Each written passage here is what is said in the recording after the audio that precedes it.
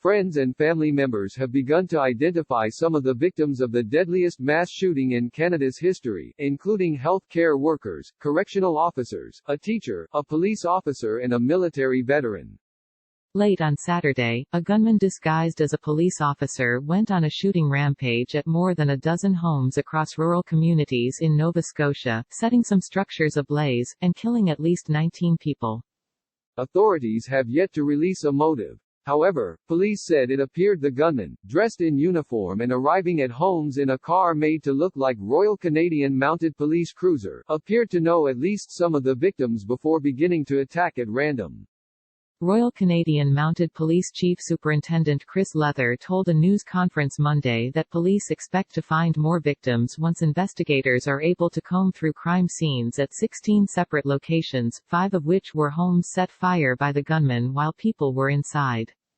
The 12-hour rampage began in the rural town of Portapique, about 60 miles north of Halifax, where police warned residents to lock their doors and stay in their basements as the attack unfolded. The town, like all of Canada, had been adhering to government advice to remain at home because of the coronavirus pandemic, and most of the victims were inside when the attack began. As officers scrambled from crime to crime scene, they eventually tracked down the gunman, who was also killed during a shootout with police. Fox News is honoring Prime Minister Justin Trudeau's request that the media not name the shooter.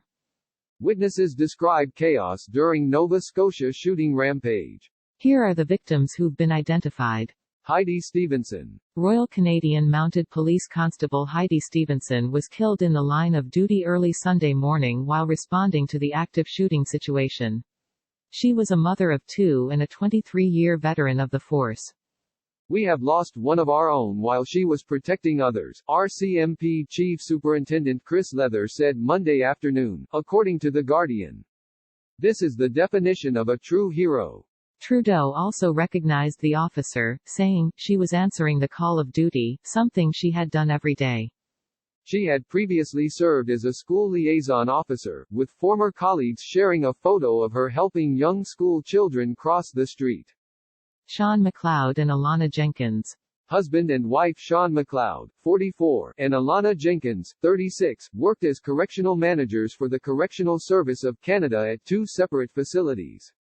She worked at the Nova Institution for Women in Truro. He worked at the Springhill Institution in Springhill, the Globe and Mail reported. They lived in the rural town of Wentworth and often had family over in the summertime to go tubing in the river behind their house, McLeod's daughter, Taylor Andrews, told the newspaper. Andrews has a 1-year-old daughter, Ellie, who her father and stepmother loved having over for sleepovers and showering with love and gifts. She was their world, Andrews said. They were the most selfless people I know. They would have done anything for anyone. They loved living where they lived because everybody on the road, they were all friends and they all got together all the time. John Zoll and Elizabeth Joanne Thomas. John Zoll and Elizabeth Joanne Thomas were the gunman's next-door neighbors.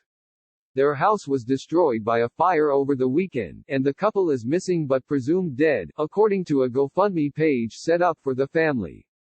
Both regularly volunteered at St. James Presbyterian Church, and Joanne was the head of the Laundry Project, a nonprofit group that helps people in need have clean laundry, the crowdsourcing page said. Tom Bagley. Tom Bagley, a military veteran and retired firefighter, was found by neighbors outside his home in a pool of blood, the Chronicle Herald reported. He was out for his daily walk and raced to help when he saw a house was on fire. Describing her father as a beautiful soul, his daughter, Charlene Bagley, said on Facebook that he died trying to help, which if you knew him, you knew that was just who he was all the time. The bottom line is, I love the guy. Joe McLean of Enfield, who worked with Bagley for 30 years on the fire brigade at the Halifax Stanfield International Airport, told the Chronicle Herald. Bagley would give you the shirt off his back, there is no doubt about it. If you called him and went to see him, he'd give you whatever you needed. His nephew, Jeff Flanagan, also shared a photo on Facebook saying he was still in disbelief and shock that Uncle Tom is gone, and Tom will be greatly missed by anyone that had the privilege of knowing him. Lisa McCulley. Lisa McCulley, a teacher and a mother of two, was among the shooting victims, her sister and the Nova Scotia Teachers Union confirmed.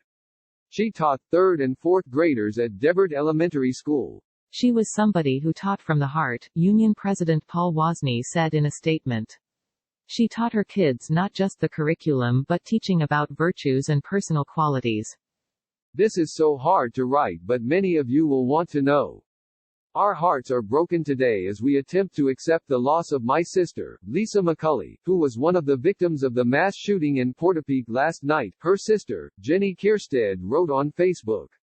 Heather O'Brien. Heather O'Brien was a nurse for 17 years and a grandmother. She lived in the town of Truro. Her daughter, Darcy Dobson, said she was texting her mother minutes before the shooting, The Guardian reported.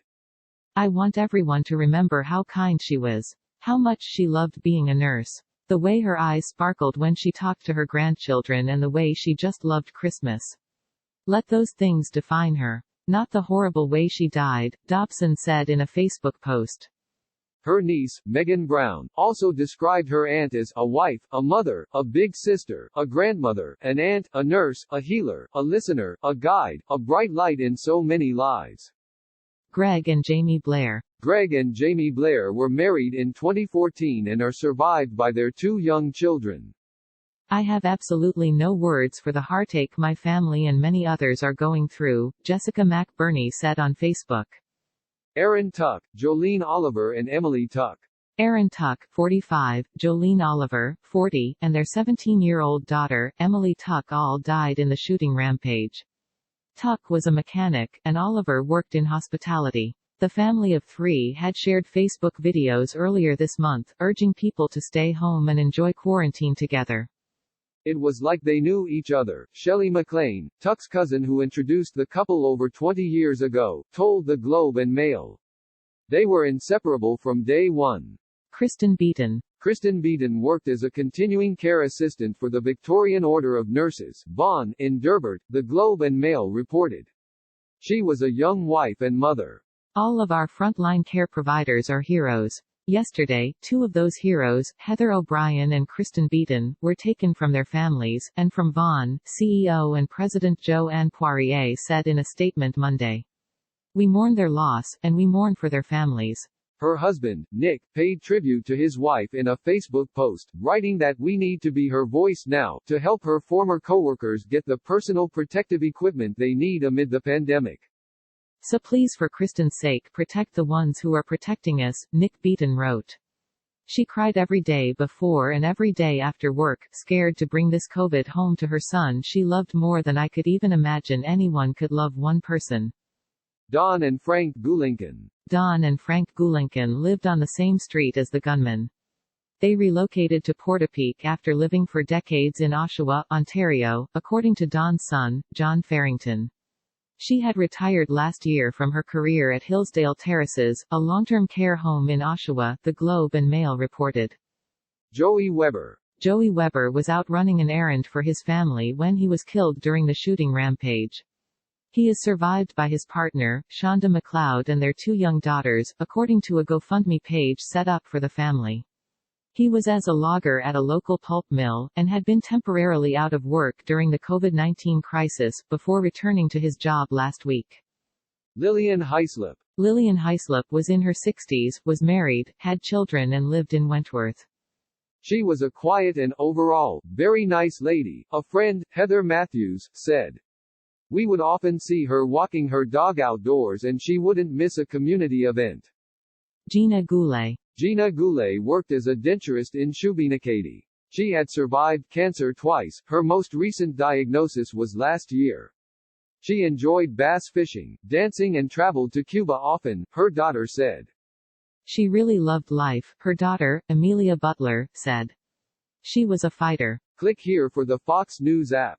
The Associated Press contributed to this report.